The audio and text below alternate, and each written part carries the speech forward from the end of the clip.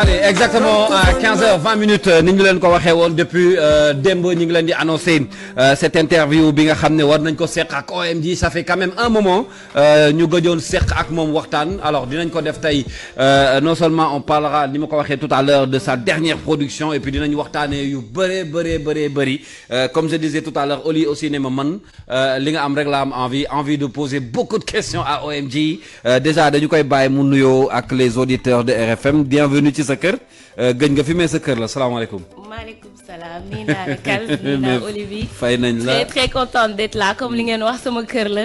di nuyu également tous les auditeurs de la RFM. macha allah waaw. alors c'est un réel plaisir namoon nañ la mais namuñu la trop parce que ñu ngi gis vraiment production yi les activités à chaque fois que le public di la réclamer yaa ngi génn di répondre à ce besoin là. Alors balaa peut-être may bàyyi Olivier peut-être ma bàyyi Olivier mu nuyu la. waaw après ñu doog a tàmbali questions yi parce que questions yi bëri na te bëgg nañ ko waxtaanee Olivier vas-y. Ouais, non, mais super, OMG, ça fait super longtemps. Ah oui. Ça fait aussi très plaisir de te revoir. Namonañ la torop.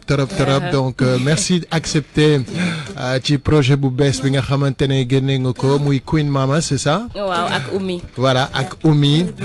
Accepter ñëw. Déjà, c'est ma question bu njëkk. Comment tu fais avec ta nouvelle vie d'être non seulement mère de famille, et puis tes nouvelles responsabilités d'ambassadrice bi nga xamante ne jot nañ ko dégg à travers le monde. Alors, tu vas nous expliquer un petit peu ambassadrice de l'ONU, de l'UNESCO. Est-ce que tu peux revenir sur cette séquence un petit peu de ta vie? Alors waaw déjà comme ni ma wax maa ngi nuyuwaat tout le monde et c'est vrai que ça fait un moment aussi gars yi gisuñu ma parce que comme li nga wax j'étais dans des projets. Donc maa ngi woon aussi si ay voyages yu bëri. Dafa am benn projet boo xamante ne mi ngi tudd c'est un concept boo xam ne c'est avec beaucoup d'artistes africains. Donc man ñu tànn ma fi biir Sénégal pour me représenter Sénégal. Donc c'est un projet boo xam ne ça parle de la situation du Sahel. Donc lépp loo xamante ne ni biir Sahel problème yi fi am moom la ñuy faral di waxtaanee di ko def tamit ay son di sensibiliser nit ñi. Donc loolu moo waral sama statut léegi nag bi ñu defee projet bi ba pare. waaw. Donc comme que projet bi li may wax mooy am na ay ñoom Vieux Farka Touré ñoom Amadou et Myriam donc de grands artistes et ma nekk si tamit ki nga xamante ne maa si gën a jeune. ñu ne léegi man maay porter projet boobu. maay nekk ambassadrice. Donc il faut savoir que c'est un projet boo xamante ne waa OCHA ak waa ONU ñoo ko teg. Donc muy ñaari structure yoo xam ne. ñu ne OMG yow la ñuy jël. def la ambassadrice. comme ça ngay liggéey ak ñun. fépp foo xamante ne war nañ dem représenter projet bi yow yaay ñëw. Voilà super en tout cas tellement intéressant Olivier ni mu ko waxee bëri na. lu fi xew mais quand même di sant yàlla parce que comme ni nga ko waxee am na beneen vie bu dooleeku ci sa dundu. waaw devenir maman gérer ta famille. C'est vrai. te loolu yaakaar naa loolu la ñëpp di ñaan.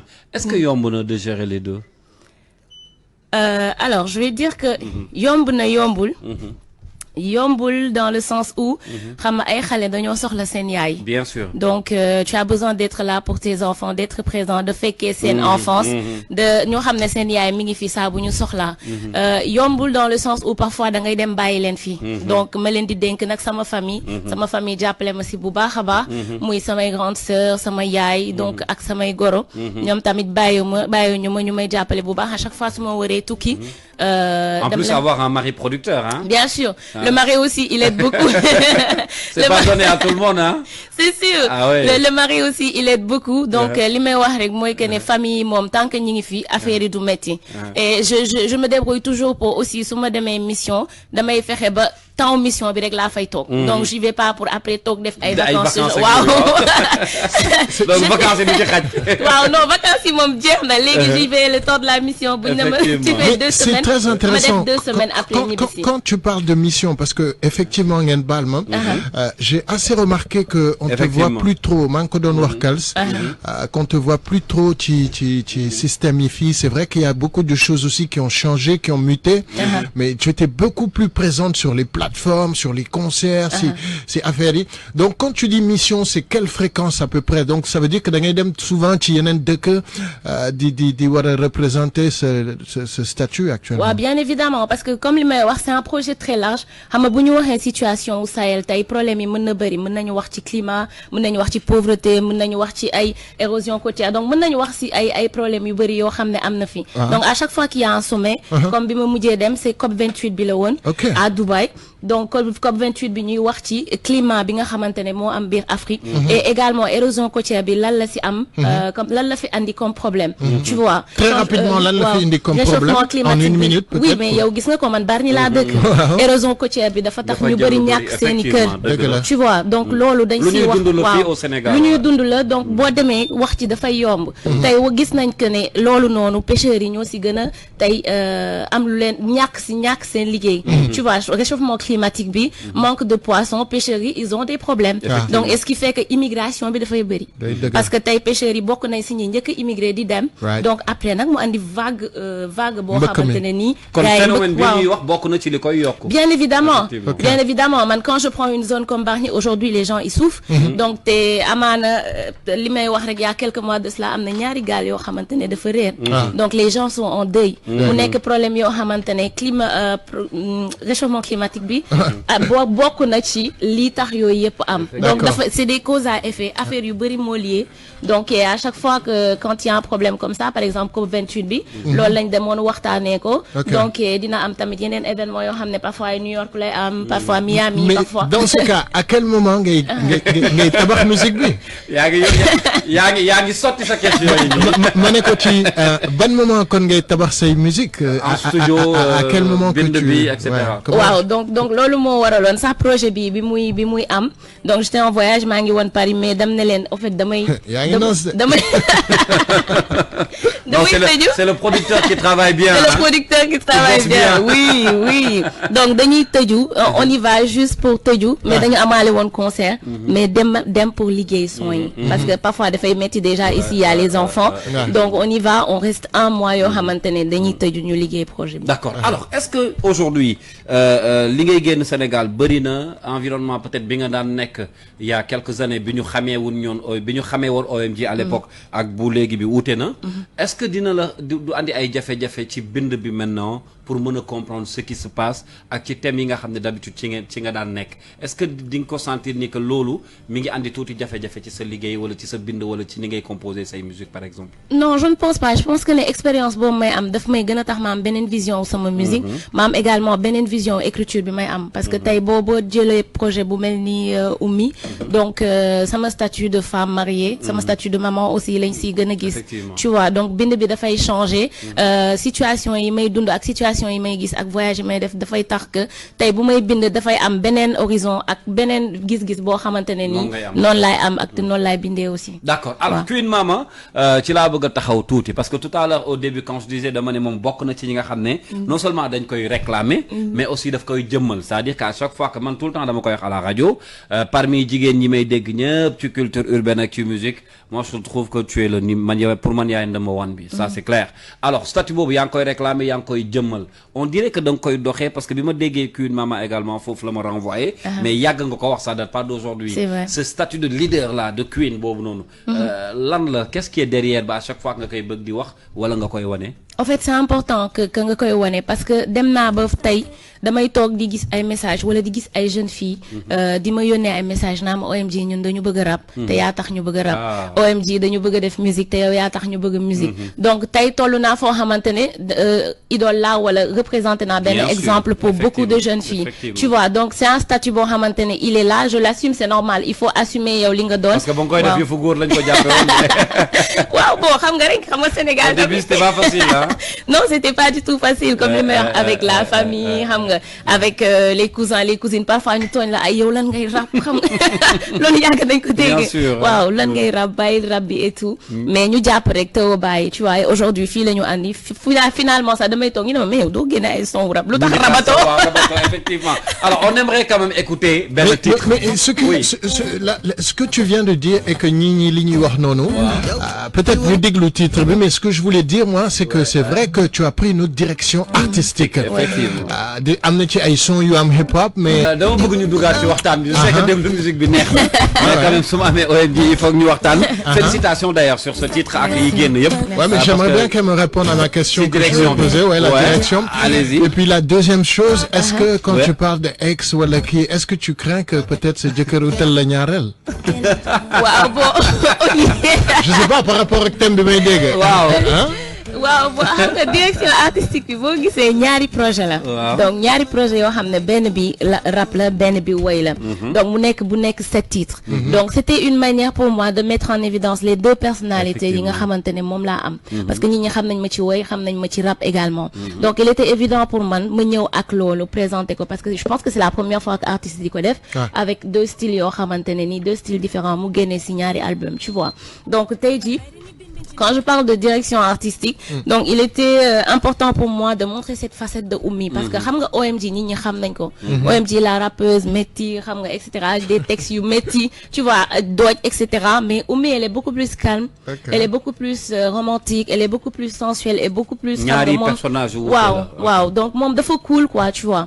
donc c'était une manière pour moi de gën a wane Oumy côté Oumy boobu facette boobu noonu. donc moo waral direction artistique bi nga xamante ne boo jëlee son yi tu vois du Aïda Samb am na featuring Aïda Samb featuring Jaman featuring Jayla donc featuring aussi ak Boy Jara un jeune qui est là qui fait aussi musique pulaar bu neex boo xamante ni il est très talentueux donc mu nekkoon loo xamante ne dama ko bëggoon vraiment mettre en évidence nit ñi gën a bàyyi xel Oumy au fait parce que tout le monde connaît OMG. Est-ce que bi ñaar yëpp génnee lan moo nekkoon la réaction du public parce que maintenant ñaari public yooyu yëpp ñi ngi fi c'est-à-dire que nostalgie gi ci li nga doon def au début mi ngi fi ak ce nouveau public qui est là lan moo nekkoon la réaction réellement bi nga doon gën di recevoir ci ñoom.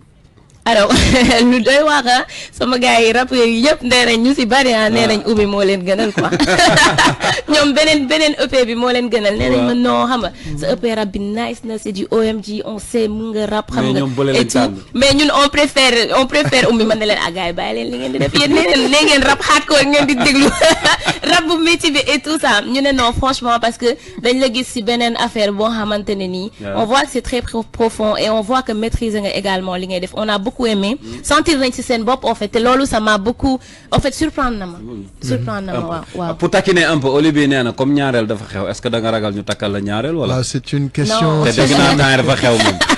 léegi yow ku ñëw moo uuf la rek. ah bon waaw amul problème. dégg nga ba ja may fit sama waa ji mais moom problème bi du soxna si problème bi waa ji la du wuti keneen. waaw mais en tout cas bu décider rek ku ñëw rek ñu uuf la. loolu du problème. voilà fàttaliwaat leen ni OMG la ñu dalal tey. pour parler de beaucoup de choses alors ñu dugg tuuti nag ci le milieu wala ce choix wu bi nga def ci sa àddina muy musique ñu ñëw ci bu Sénégal am nga chance wu fréquenter des artistes yu bëri xam nga ce qui se passe aujourd'hui on est en train de voir beneen ère bu bees ci musique sénégalaise je dirais même hip-hop parce que aujourd'hui on parle plus de hip-hop mais on parle de la musique quelle est ta vision de ce qui se passe de cette nouvelle génération ñu ngi ko bokkaloon ñi xaw a changer un peu style ñi évoluer ban gis-gis nga ci am en général. En fait, je trouve que man nouvelle génération bi peut-être tey li may wax peut-être mooy fit bi ñu àndal en fait. Tu vois, ils ont tendance à ne pas trop écouter et à faire ñoom li nga xamante ne moom lañ sentir. Et moi je pense que c'est très important booy def musique. nga def li nga sentir. Oser nañu quoi. waaw ñu oser nañ jël seen yoonu bopp c'est pas évident xam nga parfois da ngay nekk ci kër. pourtant hier on polémiquait un petit peu dessus. non parfois da ngay nekk ci kër. xam nga nga nekk par exemple chat bi. ñu bëgg diriger toute ta vie à un moment donné faut nga fipp soo bëggee am yow li nga bëgg tu vois tu peux pas toute ta vie def ko si par rapport ak ñeneen ñi il faut du toi dans ta vie il faut du toi dans tes décisions il faut du toi dans tes choix te loolu dafay ñëw aussi si musique bi aujourd'hui c'est pas parce que tout le monde fait ça que je dois faire ça c'est pas parce que lépp lii dafa tendance que dama war a dem si loolu est-ce que mën nga ko déjà waaw tu vois donc ce qui est le plus important mooy yow amal sa identité nekkal yow ki nga doon nga wane ko ci sa musique ça peut marcher comme ça peut ne pas marcher parce que fii kenn xamul lan mooy dox xam nga mun nga def benn son nga ne lii it lay doon nga génn ko nit ñi duñu ko déglu nga def lu banal mu génn dox des fois nga def lu banal loo xamante ne da nga naan vraiment lii moom nga génne ko mu dox donc ñun on n'a pas la main mise sur ce qui peut marcher ou pas mais tu as la main mise sur ce que tu fais yow ak li nga bëgg ak li nga ressentir mais def ko nga tegal ko nag public bi après c'est le public qui décide. Exemple c'est Goulo Goulo qui marche temps yi waaw tu vois c'est Goulo Goulo qui marche gis nga donc c'est le public qui détermine lan mooy marcher ou pas te yow public bi amoo ci main mise donc yow Ok. defal li nga war a def li nga avancer et nouvelle génération bi am nañ fit boobu noonu ñi ngi avancer ñi ngi def li nga xamante ne moom lañ sentir et pour moi c'est important. donc ak recul bi tu penses que tout se passe bien mi ngi baax kon. Non, tout se passe pas bien. Musique bi, Am il y a na yu beaucoup, des. il y a beaucoup de problèmes. Il y a beaucoup de choses yoo xam ne dañ ko war a arranger. Il faut que ñu créer industrie, c'est important. Booy créer dara tamit. Amul industrie, amul du dem. Tu vois, tey aujourd'hui en dehors des artistes da ngay gis artiste boo xam ne mooy defal lépp boppam. C'est pas possible. Effectivement. Xam nga, c'est pas possible. Un artiste a besoin d'un bon manager. Koo xamante ne moo yor sa marketing, moo yor sa communication, moo yor sa booking, mooy sa producteur, et cetera. Chaîne la boo xamante ne nii tey jii chaîne boobu su taxawulee. Mais je suis désolée, mais musique bi du dem en fait. Mais justement, moi, je viens un petit peu aux côtés de ton aspect physique que j'ai remarqué, qui s'est énormément amélioré. Waxuma ne avant baaxul woon, mais je sens qu'il y a quelque chose qui s'est apporté. Est-ce que ça vient de toi? Est-ce que c'est un choix avec le producteur? Est-ce que tu as des gens qui t'aident un peu dans le stylisme? Et puis, je regardais une prestation, bon, maintenant, tu la faisais en Europe, en France, avec Josie. Ça m'a beaucoup impressionné le fait que vous collaboriez à deux, que vous étiez sur scène. Comment tu as vécu ça? Et est-ce que tu collabores justement avec d'autres artistes au féminin, rappeurs internationaux? Comment se passe cet aspect un petit peu de ta carrière? waaw xam nga Oli booy door a commencer tu es pratiquement toute seule quoi avec peut-être l'équipe restreinte bi nga xamante ne moom nga am. Moi j'étais là au début avec Bibet avec les moyens du bord ak DJ Paul ñun ñoo fi nekkoon quoi tu vois. Mais oui avec les années nag équipe bi dafay agrandir. Donc aujourd'hui quand tu as une maquilleuse professionnelle. Tu as un styliste tu as quelqu'un boo xamante ne mën na le conseiller par rapport ak telle scène solol nii. defal nii ba ci tey sur scène sax comment tu dois te comporter. vis-à-vis de tel public tu vois donc yooyu. Avoir un bon staff quoi. Bien sûr yooyu yëpp avec les années ça vient nit ñi dañuy ñëw parce que tamit mais nañ waxante dëgg tamit loolu xaalis da koy andi tu vois loolu tamit xaalis moo koy andi tu vois plus tu as un petit peu xam de revenus et tout da ngay gën a yaatal affaire yi parce que tu peux te le permettre tey sama concert bi à Paris c'est vrai on l'a fait avec Josie parce que benn festival la woon. Mais Josie c'est une artiste que j'aime beaucoup. C'était bien hein. Oui, c'est une artiste qui moom mi ngi def li mu comme li ma la wax moom mi ngi def li mu sentir. Tu vois, elle a sa propre identité am na loo xamante ne moom moo ko moomal boppam quoi. Donc mi ngi koy def xamante nañ dañuy waxtaan dañuy échanger ay idées et tout ça. Donc vraiment mu nekk kenn koo xamante ne dama ko apprécier bu baax a baax et c'est pareil pour toutes les nouvelles filles. Les nouvelles rappeuses de la nouvelle génération. Quelles sont tes relations avec surtout ces filles-là? Parce qu'on a vu que récemment gën nañu am présence. Bien sûr. Que même bu fekkee ne am na ñeneen ñoo xam ne sax peut-être le style yi c'est pas pareil. Mais quand même ñi ngi jéem a imposer ñoom li ñuy def. Quelles sont tes relations avec ñoom? Est-ce que yaa ngi soit déggante wala yéen a ngi demalante de temps en temps? Ah mais bien sûr boo jëlee EP Aucune Mama bi y a un son boo xam ne je l'ai fait avec Maggie. Champagne Baby Isma ak Nabachou. Donc waaw le son mi ngi s'appelle su baaxee ñun la.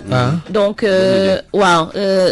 Parce que pour man dafa important ñun jigéen ñi ñu supportante bëriwuñu te dañoo manquer visibilité man li may wax rek tout le temps mooy que ne peut-être man la chance que j'ai eu ba OMG am benn statut bi mooy que dama dem defi beneen style musique ba grand public bi xam ma grand public bi am fuñ ma teg après rappeurs yi gars yi yëpp ñëw ne non kii suñu famille la bokk effectivement waaw gars yi ñëw ne non kii suñu famille la bokk si ñun la bokk et tout ça peut-être chance boobu laa am mais quand tu es juste dans le rap c'est très très difficile en tant que femme. Alors tout à l'heure bi ngay wax dafa am lu ma jàpp ci sa wax te loolu comme Bibet newu fi yow laa koy laaj au début on savait que t'as démarré avec Bibet et on parlait de Didi Records qui est la maison de production mais est-ce que Didi Records mi ngi fi ba tey pourquoi il se limite justement fan yii seen artistes yi ngi kaas de man de daje naa ak artistes yu bëri ñu ne ana Didi Records Didi Records léegi jabar ji la topp bàyyi na production yi ñu ngi ci soxna déjà est-ce que Didi Records ñu ngi ci liggéey bi ba tey en tant que maison de production. À part yow ci lan la ñu nekk. Bon, Didi Records, c'est toujours une maison de production. Ça existe toujours et ça produit toujours des artistes. Maintenant, il y a des questions et je pense que les Bibet moi c'est monotone. En termes de production, en termes d'autres artistes, moi c'est monotone en fait parce que c'est lui qui travaille avec d'autres artistes. Mais il y a les autres artistes qui sont toujours bien sûr, il y a les autres artistes qui sont toujours dans le label. Parce que dans le EP, il y a un son aussi bon, il y a Falleuse, il y a Cool 10, il y a il est là, j'allais le mettre, d'un commence tout direct. Il y a Jay Banks aussi. Tu vois. Vite fait, rec. C'est ça. Ouais, c'est le son là, tu vois. Donc ça, c'est les artistes du label qui sont là, quoi. D'accord. maintenant nag après chaque artiste ak nu muy na laa ko mën a waxee nu muy liggéeyee. tu vois ak le temps qu'il prend et voilà quoi. mais après je pense qu'il y a certaines questions yoo xamante ne c'est Bibeuth qui pourra y répondre plus profondément quoi. D'accord. Alors OMG beneen question également on sait que production yi yegsi na. c'est vrai que yaa ngi dem di représenter le Sénégal ci àddina bi fu bëri. mais à quand le grand événement à Dakar parce qu'on attend quand même de voir OMG pas ci lu ndaw mais lu mag. parce que xam nañu public baa ngi fi. on aimerait quand même te voir pour un spectacle boo xamante ne ñëpp dañuy mën a ñëw dajaloo seetaan si la. surtout que Kilifeu est maintenant PCA du Grand Théâtre. peut-être Grand Théâtre ou feneen. peut-être Grand Théâtre ou feneen. mais un événement boo xam ne Sénégal yëpp xam naa ne ñu ngi koy xaar du man rek. oui donc si loolu lañ nekk donc boo gisee aussi affaire yi jël temps mooy que ne on voulait présenter aussi autre chose donc aujourd'hui tey OMG dafay jouer ak band donc am naa ñoo xamante ne ñoom laay liggéeyal et ça fait quelques années aussi ñi ngi répéter ñu ngi perfectionner li ñuy def donc loolu lañ bëgg a présenter ñi comme quelque chose de nouveau et également du live quoi waaw du live ñu génne ci peut-être li ñu nekkoon de vraiment présenter du live et instant bi ñuy préparer ay série de concerts donc yoo xamante ne pour cette année bien sûr donc déjà il y a le Cube qu'on va faire le 5 octobre donc on a beaucoup de dates entre novembre et décembre mais des endroits des places yu chill et tout ça. Maintenant, on va faire un grand concert à Bargny en décembre. En 2025, Inch'Allah, on fera le Grand Théâtre. Bargny moom foog ñu jox leen seen wàll. waaw Bargny décembre lañ koy def Inch'Allah. Donc ce sera un big méga concert avec beaucoup d'invités. Et en 2025, on fera le Grand Théâtre. Et étant donné que tu bouges beaucoup en voyage, ta carrière internationale, est-ce que tu essaies un peu de la développer un petit peu plus ou elle est un petit peu où elle en était? Quelles sont les options yi ngay pare aussi yi ngay jéem a ut pour gën a yaatal peut-être ce panel ak sa possibilité vu que da ngay voyager souvent. waaw bon voyager aussi li ko lal mooy que je travaille avec un label que j'ai. Je le dis hein. Bàyyi ma wax ko fii rek. Donc tu sais j'ai fait un album en français yàggul dara c'était en 2022. waaw donc cet album m'a permis d'avoir l'opportunité d'avoir un label français. boo xamante ne nii. qui s'appelle non du ma ko waxagul parce que ils n'ont pas encore fait l'annonce. Ils n'ont encore rien dit. donc ñoom ngay liggéeyal au niveau de la France donc eux ils feront l'annonce quand il faudra. On a déjà tout signé alhamdoulilah. donc ñoom dinañ génnee nag après seen affaire yi wax ne on a tel artiste on a et cetera mais looloo waral tamit à chaque fois su ma demee France damay dem liggéey yenn son yoo xam ne ça n'a vraiment absolument rien à voir ak li may def fii. et moom la ñuy waajal dinañ ko génnee tamit. alors nous on a peut-être la chance d'assister dès le début sa carrière. bëggoon naa la laaj lan mooy motivation bu je dirais même pas jigéen kese. mais un artiste. comme on dit souvent bu démarrer from zéro. am fu mu bëgg a yegg. bu ma toogee benn bés gis la ngay def ay prestations au niveau international. ma seetaan la ci ay chaînes de télé yu mag. au niveau de la France nga toog di défendre sa musique. ma dégg la ci ay rajo yu mag yoo xam ne à l'époque ay Youssou Ndour Baaba Maal wala ñeneen lañ fa daan dégg. man ma xam non seulement âge bi nga am xam ni xale nga te yaa ngi góorgóorlu ak xam fi nga jóge ak fi nga tàmbalee. boo xoolee parcours boobu je sais que tu dois être fier de toi. mais lan moo war a nekk motivation bi artiste war a am pour jàpp ni war na mën a yegg foofu yépp. Abnégation motivation patience. xam nga parce que. li may wax rek parfois liggéey bi dafay laaj sacrifice yoo xamante ne da nga ko war a def. tu sais man par exemple aujourd'hui je suis maman de 2 garçons donc mon corps il a beaucoup changé. mais daf may jaral léegi chaque jour damay xëy dem entraînement je fais 2 heures d'entraînement. su ma paree jubal dem répétition. parce que sama liggéey moo ko laaj en fait c'est très très dur. dafa metti mais je le fais. parce que man je me projette en fait yemuma ci. non ren xam nga am naa buzz am naa kii yem ci ren. non je me projette dans 5 ans fa laa bëgg toll. dans 5 ans fa laa bëgg a dem. donc il faut que les artistes ñu bàyyi xel que ne carrière lañ am. carrière dafa yàgg. il y a des gens qui ont des carrières de plus de 50 ans. tu vois donc loolu quand tu te projettes donc liggéey bi ci war da nga koy def en fait. mais aujourd'hui on assiste à une vague d'artistes boo xamante ne boo génnee son am buzz rek après da ngay toog léegi nga ne non am naa sama buzz am naa sama succès et tout alors que tu dois réfléchir à comment entretenir ce buzz à comment tey nekk artiste boo xamante ne tu seras au top. Donc te loolu liggéey la laaj. Aussi patience. Parce que musique dafa nekk métier boo xamante ne y a des hauts et des bas. Y a des temps forts et des temps faibles. di nga toog moment boo xamante ne kenn du la dégg. Tu vois mentalement tu dois être prêt. mën na la sax décourager. waaw mais mentalement tu dois être prêt. Y a des artistes. artiste bu nekk da koy dund ah loolu. Oui mais tout le monde le fait. Y a des moments où on ne t'entend plus. kenn du waxati ci yow. da ngay toog peut-être mu jàpp la ay lan moo xew lan moo nga génnee son doxul. mais c'est pas parce que da nga génnee son doxul que sa carrière dafa jeex. tu vois donc loolu da nga ko war a bàyyi xel. da nga war a continuer di liggéey. Un artiste doit être fort. Mentalement tu dois être fort et tu dois te préparer à toutes les situations. Et surtout situations yi nga xamante ne nii tu sais quand tu as si say temps fort les gens sont là. mais pendant les temps faibles les gens ne sont pas là. Les gens ça arrive à tout le monde. Voilà maintenant quand les gens ne sont pas là qu'est-ce que tu fais. xam nga donc déjà tu dois avoir cette force bi nga xamante ne nii yow déjà xam nga ba pare am ay nit yoo xamante ne nag lu mu métti dinañ fi nekk. donc mentalement il faut être très fort et il faut être très patient booy def. Voilà il est 15h40 passé de 48 minutes comme ni ngeen ko gisee on reçoit OMG une artiste très reconnue maintenant et complètement confirmée. Son dernier projet mu ngi tudd Queen Mama peut-être ñu dégluwaat juste un petit extrait d'un titre avec BMJ Mr Cash mu ngi tudd Flex. Nice production n'est-ce pas le sultan. Bien sûr. Ko gisee. Non mais très bonne production mais man vertement parce que je sais qu'au-delà de artiste bi mu doon. Son producteur qui a montré ses preuves depuis des années. Je sais que ni moom nopp bi moom balaa ñun ñuy dégg. C'est un couple de travailleurs. Voilà donc à chaque fois mix bi liggéey bi texte yi et puis ñi ngay boole ci son yi je trouve que c'est parfait. Et puis comme je disais tout à l'heure xam naa ne moom kontaan na ci boppam mais ñun aussi on est très fiers. À chaque fois bu ma ko gisee loolu laay gis xam nga jàmbaar. OMG est-ce qu'elle est toujours facile à pouvoir obtenir en featuring ou en concert? Est-ce que les choses ont changé? Est-ce que ouais. Bon bàyyi ma wax ci featuring yi ba pare. Moi j'ai pas de souci. Man amu benn souci en fait man naa sentir rek l'artiste bi waaw. Parce que boo gisee sama EP bi. Vraiment c'est des artistes yoo xam ne dama leen di suivre. Et damay déglu seen musique et j'apprécie beaucoup seen musique. Tu vois moo tax moi dès que je sens le truc je le fais. aw ma problème yooyu mais en concert voilà. C'est autre chose hein. Waaw concert bokkul après ça dépend de type de concert yi.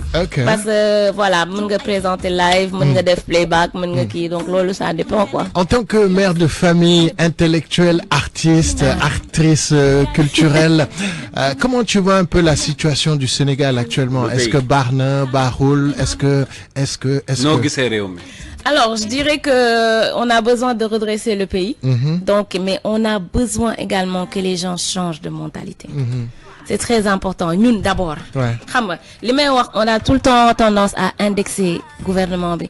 Indexer état bi. Am nañ ci wàll bu rëy. Mais ñun tamit am nañ ci wàll bu rëy. Tu vois démb dama toog ma ne. ñun Sénégalais yi ah. Ñun Sénégalais yi. Tu vois démb dama toog. Donc on a vu le débat qui se passe en ce moment quoi sur les réseaux sociaux. Un mariage bon xam ne tout le monde en parle ku nekk di jël parti et tout. Donc je me suis dit. ñun dañu jël divertissement def ko priorité. C'est ça. teg ko ci kaw en fait. Divertissement dafa bokk ci dundu nit. parce que da lay permettre nga déstresser. da lay permettre nga yóbbu feneen xel bi nga cool quoi. mais divertissement nekkul ci kaw. dafa am yeneen priorité. te ñun divertissement lañ jël teg ko ci kaw. xam nga tu sais lan moo andi sama réflexion boobu depuis semaine passée ñu ngi wax que ne CNTS amul deret. t'entends personne wax ci. Et c'est très dommage hein. Kenn waxu ci alors que loolu c'est très très important ndaxte mën nga xëy dem def accident. dëgg la sa mbokk def accident. kenn soxla deret transfusion sanguine. Voilà centre de transfusion national de transfusion sanguine. amul deret amul deret mais que ça soit nous les artistes on est fautifs les influenceurs tout le monde les politiciens personne n'en parle. Waaw personne n'en parle. Tey problème dina am yow boo amee par exemple drépano war a dem changer sa deret comment tu fais. Accident boo amee ñu war a dem changer deret comment tu fais. benn mariage am barki dem xam barkaati dem dimanche ba léegi moom la ñuy wax. tout le monde en parle. xaw samedi. nit ñi def ay live. jël seen temps di si wax pendant des heures. donc ñun il faut que ñu changer. suñu manière d'être. suñu manière de faire si on veut que les choses changent. bu ñu bëggee teg dëkk bi ci yoon. maintenant ñi ñu fi teg. nañ ñu jàppale tamit. parce que quoi que l'on puisse dire on sait qu'il y a des problèmes. on sait que xaalis manqué na si dëkk bi. on sait que mbir yi cher na. man su ma demee marché chaque jour ma kaas. chaque jour parce que yaa ngi dem marché kon ah waaw damay dem camoufler wu xam nga parce que parfois da ngay dem avec ta tête les gens veulent des photos mais tu te dis non je peux pas me photographier comme ça mais xam nga def sa col def ses lunettes et tout ça dem marché mais tu te rends compte que aussi les prix yi ñi ngi fi ñu nekkoon ba léegi tu vois gouvernement bi fi nekk on va leur laisser le temps de dérouler vraiment leur laisser le temps de changement bi tax ñu teg leen fii ñu jéem ko kon am nga ci yaakaar. am naa ci yaakaar maintenant nag il faut que ñun ñu jàppale leen. d'accord waaw il faut que ñun population bi. ñu jàppale leen quoi ñu jàppale njiit yi parce que bu ñu waxee jubal jubanti ba pare changement ñun tamit foo ñu nekk foofu. d'accord waaw. à quand le prochain événement l'événement imminent bi nga xamante ne gars yi mun nañ commencer di ko pare te xam ne Queen Mama ak le projet Oumy dinañ ko mën a découvrir foofu en live. Ah mais c'est le 5 octobre la veille de mon anniversaire. Super. Le 5 octobre donc ce sera au Cube benn showcase bu ñuy def boo xamante ne vous êtes invités. bien évidemment le Cube ça se trouve à Castor donc mu nekk benn boîte bu bees bu tijji. on fera là-bas un show en live 100% live donc ça commence à 21h teel a commencé teel a jeex. maximum à minuit dina pare. donc ce sera première plateforme bi nga xamante ne moo ñuy permettre ñu présenter projet bi maintenant nag comme li ma la wax après on a d'autres dates yoo xam ne avec on mettra ça petit à petit dates yi di ñëw et waajalal nag concert Bargny bi waaw Bargny bi décembre waaw parce que du yomb lu rëy lay doon donc ça en décembre inchallah et en 2025 on va travailler tous ensemble pour le Grand Théâtre super pour le Grand Théâtre voilà ça c'est une très bonne voilà en parlant de Grand Théâtre bi tout à l'heure sax parce que cité nga ko suba kilifa mooy nekk suñu gan inchallah ci grande interview dinañ waxtaane yooyu alors ces nominations également artistes nga say moroom artistes lañu en 2024 on a vu Nit Doff par exemple ci FDCU kilifa ci Grand Théâtre ton avis? Non, je trouve que c'est toujours une bonne chose mais li may wax rek mooy que ne toujours la nan lañ koy waxee les personnes qu'il faut à la place qu'il faut dañ leen fa teg pour ñu liggéey nañ liggéey c'est ça waaw c'est juste ça mais gëm nga ni war nañ ko mën a def bien sûr gëm naa ne war nañ ko mën a def donc nag nañ ko def buñ ko defulee nag après dina gars yi nañ dal seen kaw nag gars yi nag duñ leen may dara yóbbante baa ngi noonu xam naa duna inchallah rappeler que kilifa mooy nekk suñu gan dinañ waxtaani surtout de ces polémiques là ak nomination beeg ëllëgu peut-être kër gi yooyu yëpp dinañ ko waxtaane demain 15h alors OMG ça fait tellement plaisir ñuy seq ak yow waxtaan du ñu bëgg sax d'ailleurs mu jeex parce que lu bëri la ñuy bëgg a waxtaane ak yow mais on attend le 5 octobre xam naa ñun à partir d'aujourd'hui dinañ leen fàttali ne rendez-vous bi le 5 la Cube nag mi ngi nekk Castor xam naa dañ leen gën a jox adresse bi peut-être en numéro de téléphone pour réserver wala pour ñëw xam naa loolu bii ba dina ma ko jox après bien sûr déjà la billetterie elle est ubbi nañ ko déjà on vend les billets en ligne donc xam naa aussi dinañ leen jox en ligne oui bien sûr par exemple ceux qui nous écoutent les internautes ñu bëgg commencer dem comment ils font alors faut juste aller sur le site Nudem donc nudem.com là-bas vous verrez l'événement et boo leen duggee ci événement vous pourrez acheter vos tickets donc les tickets il y a 5000 francs et VIP 10 000 francs donc méttiwul gars yi ñu ñëw xam nga kafre béggee way gars yi feet ku ne kontaan donc certainement aussi on donnera des tickets yoo leen xam ne di ngeen ko mën a maye Machallah ça fait longtemps en tout cas que je t'avais pas vu moi ça me fait très plaisir en route je disais ça à Biba je lui dis mais Olivier ça fait très longtemps gëj naa ko gis ça fait toujours plaisir donc bon courage Machallah avec ta bonne chance surtout lool ci gis leen très content de revoir mon ami Biba aussi bonne chance en tout cas et puis du courage. Merci. Alors lan ngay tëjee. T'es une grande artiste. Ah di leen remercier. Reste motivé, c'est bien. Oui, non t'inquiète, je reste toujours motivé.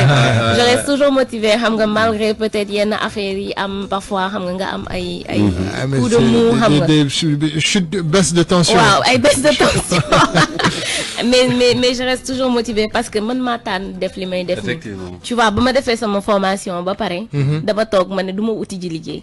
munoon naa uti ji liggéey de dem def quelque chose en rapport ak sama formation mais defuma ko ko dama ne du ma wut liggéey damay def liggéey bi sama musique moo nekk sama liggéey tu vois donc c'est quelque chose que j'ai choisi te loolu rek war na tax du ma abandonner du ma bàyyi tu vois moo tax nag même quand il y a des coups de mou je reste motivée et je me dis que le meilleur reste à venir donc merci beaucoup à bientôt c'est un plaisir d'être là tout le temps merci à vous merci aussi mais foog ñu ñëw kër ga lekk si ceeb nag maak Olivier c'est quand vous mais est-ce que ceeb ngeen bëgg non man moom suppu kànja laay commandé waaw boobu baax na boobu nice waaw kon foog ñu ñëw bu am ay yeel ak ay affaire loo leen bëgg rek yaa nekk tuufa ak crevette merci beaucoup Ombi merci à vous